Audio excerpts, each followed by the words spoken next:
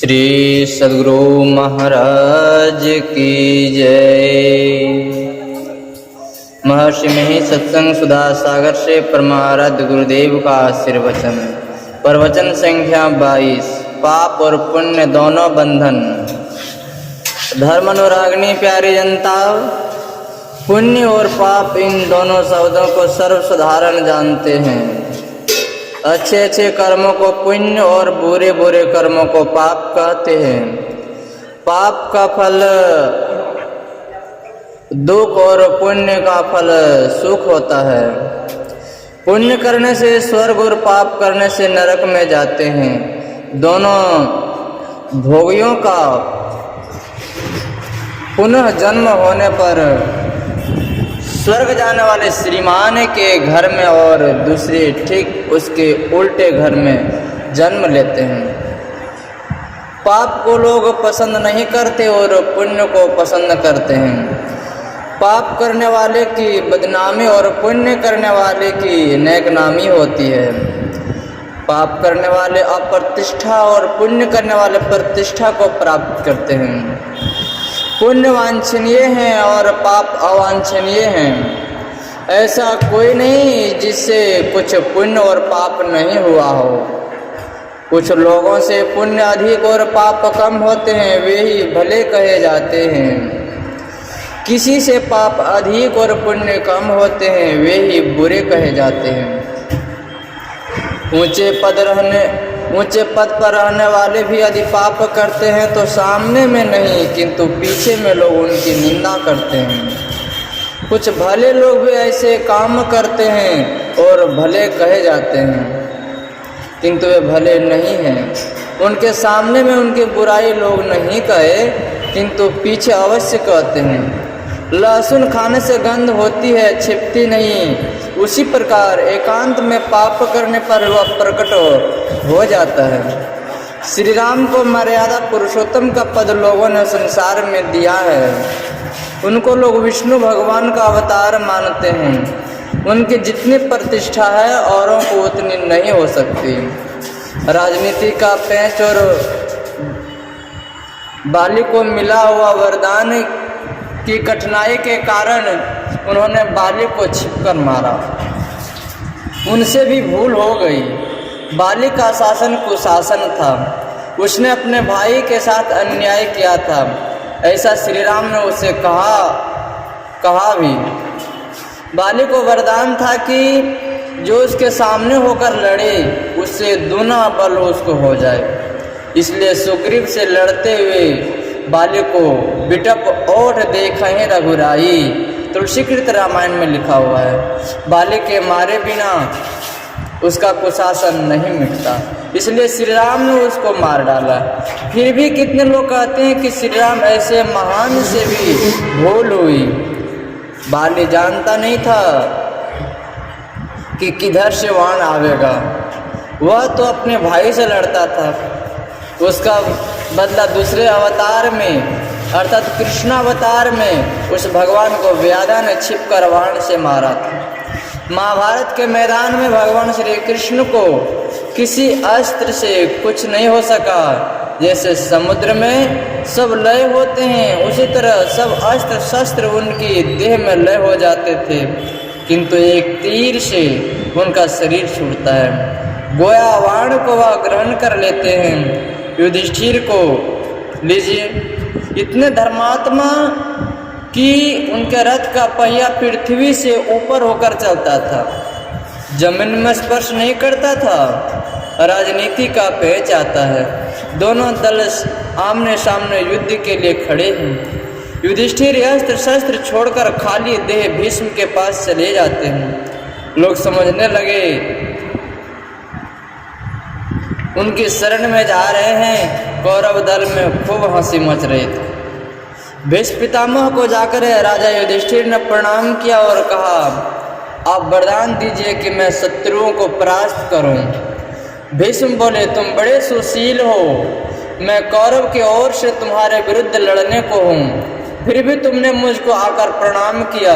मैं बहुत प्रसन्न हुआ। वर मांगो, किंतु मुझको अपनी ओर लेने का वर छोड़कर। युधिष्ठिर ने कहा, वर दीजिए कि मैं जीत जाऊं। भीष्म बोले, तुम सब भाई मिलकर मुझे किसी तरह गिरा देना। फिर वह द्रोणाचार्य के पास गए और उनको प्रणाम किया। वे बोले कि मैं कहता हूँ, तुम सब भाई मिलकर किसी तरह मुझे मार देना।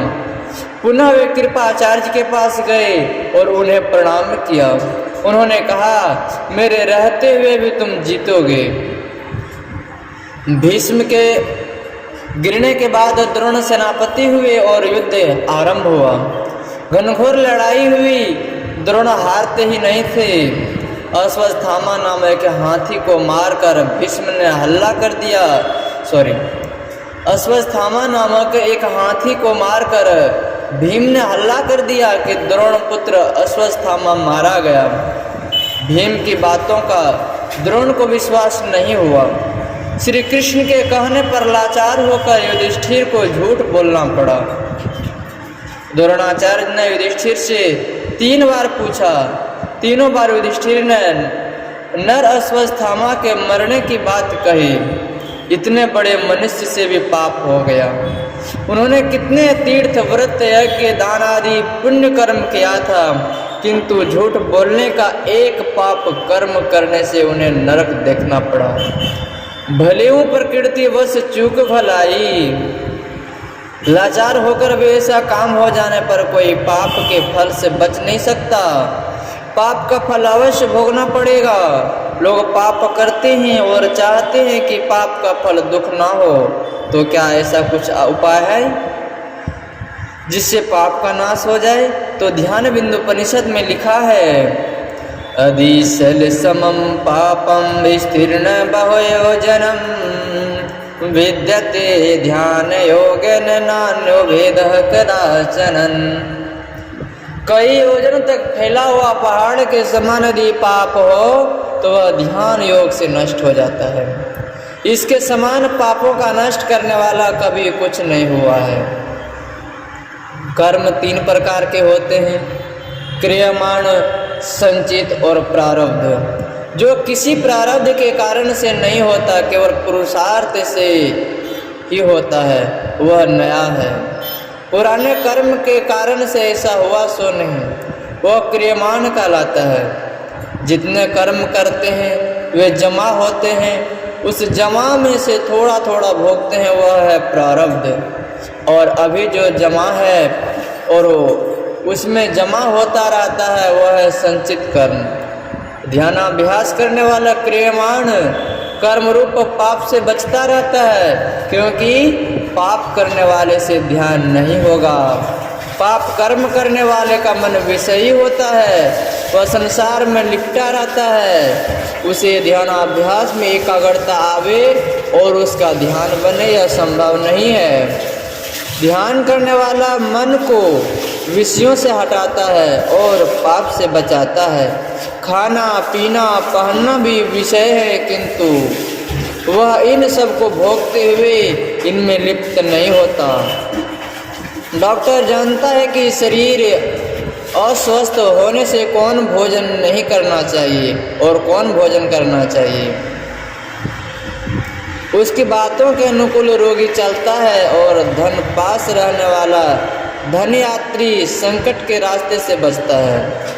बुद्धिमान पापों से बचने का इच्छुक गुरुवाक्य के अनुकूल विषय के कुपथ से बचता है और वह परमार्थ मार्ग का अति प्रमाद और कुसंग रूप संकटों से भी बचता है। इसलिए क्रियमान पाप कर्म उसको नहीं होता। शरीर में बरतते हुए प्रारब्ध का भोग नहीं हो कब संभव है? कितना हो ध्यान में चढ़ा हो, उसका फल भोगना ही पड़ेगा, किंतु उसका भोग वैसा होगा जैसे कोई मद या भांग पीने वाला मस्त हो जाता है, तब कहीं चोट लगने से उसका दर्द उसे कम मालूम होता है। डॉक्टर क्लोरोफॉर्म देकर किसी रोगी की चीर फाड़ करता है, किंतु उसका दर्द उसे मालूम नहीं होता। उसी प्रकार भजन के नशे में उसे कर्म फल का भोग का दुख और सुख कभी कम और कभी कुछ मालूम नहीं होता। संसार का सुख भी उसे आकर्षित नहीं करता, वह सुख को सह लेता है। साधारण लोग सुख नहीं सह सकते, दुख को भले सह लें। सांसारिक सुख में लिप्त होना और अहंकारी बनना सुख नहीं सह सकना है। किंतु ध्यानाभ्यासी सुख दुख दोनों को सहते रहते हैं। फिर ध्यानाभ्यास द्वारा उधर गति होती है और अभ्यासी कर्म मंडल को पार कर जाता है। उसका कर्म बीज जल जाता है और उसके तीनों कर्म नष्ट हो जाते हैं। इसलिए उपनिषदों में लिखित श्लोकों में ध्यानाभ्यास द्वारा कर्म का क्षय दृढ़ता से बतलाया गया है।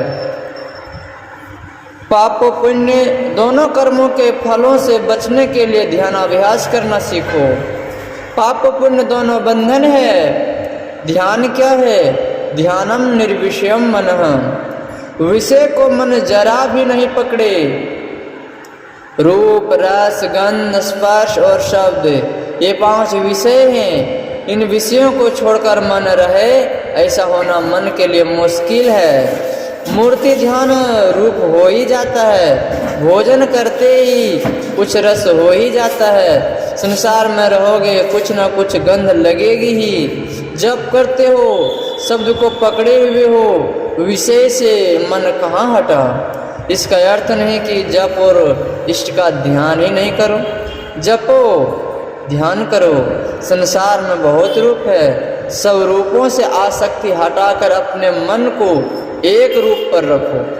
कितने रूप छूट गए? बहुत शब्द है, सब शब्दों को छोड़कर एक शब्द के जप में लगे रहो। कितने शब्द छूट गए? इस अभ्यास से पहले दृढ़ हो जाना चाहिए, तब स्थूल रूप का ध्यान और अभ्यास करना चाहिए। भजन करने के समय यदि ख्याल करो कि हलवा खाऊं तो ध्यान कैसा होगा? मतलब यह कि नाम जप और इष्ट मूर्ति ध्यान के अतिरिक्त मन में कुछ ना आने दो। इस तरह सब विषय छोड़कर केवल एक नाम और एक रूप रह जाए, ये स्थूल नाम रूप है। इस साधन के दृढ़ हो जाने पर इसको छोड़कर सूक्ष्म रूप और सूक्ष्म नाम के साधन में मन को लगाना चाहिए। सूक्ष्म रूप का साधन ही दृष्टि साधन है। जिस रूप को कभी नहीं देखा है उसे देखने की कोशिश करनी चाहिए। स्थूल मंडल में आंख खुलते ही स्थूल रूप देखने में आता है। उसी प्रकार दृष्टि साधन ठीक ठीक बनने से सूक्ष्म मंडल में सूक्ष्म दृष्टि खुल जाती है और सूक्ष्म रूप देखने में आता है। तब कहो कि इष्ट का ध्यान छूट गया। नहीं, इष्ट के स्थूल रूप का ध्यान छूटा, अब उनके सूक्ष्म रूप के ध्यान में मन लग गया। यहाँ सूक्ष्म विषय रह जाता है, इसको भी त्याग कर इष्ट का निर्विषय रूप आत्म रूप प्राप्त करना होगा। इस प्रकार के स्थूल और सूक्ष्म रूप छूटेंगे किंतु इष्ट नहीं छूटेंगे। सूक्ष्म रूप मंडल में सूक्ष्म शब्द अर्थात ध्यानात्मक नाम का ग्रहण हो सकेगा, जिसके विशेष भजन से सूक्ष्म रूप मंडल कारण और महाकारण जड़ रूप मंडल छूट जाएंगे और सच्चिदानंद पद के केंद्र में वह शब्द भी लय हो जाएगा। वही केंद्र निर्विषय तत्व पद इष्ट का परम स्वरूप या आत्म स्वरूप है। ध्वन्यात्मक शब्द जहाँ छूटेगा वही परमात्मा का साक्षात्कार होगा। इस प्रकार निर्विषय तत्व को पाते हैं, जिसके पाने वाले को संचित और प्रारब्ध कर्म छू नहीं सकते। श्री सद्गुरु महाराज की जय। यह प्रवचन बिहार राज्य के पूर्णिया जिला अंतर्गत ग्राम रघुवंश नगर में दिनांक 8/7/1952 ईस्वी के सत्संग में हुआ था। श्री सद्गुरु महाराज की जय।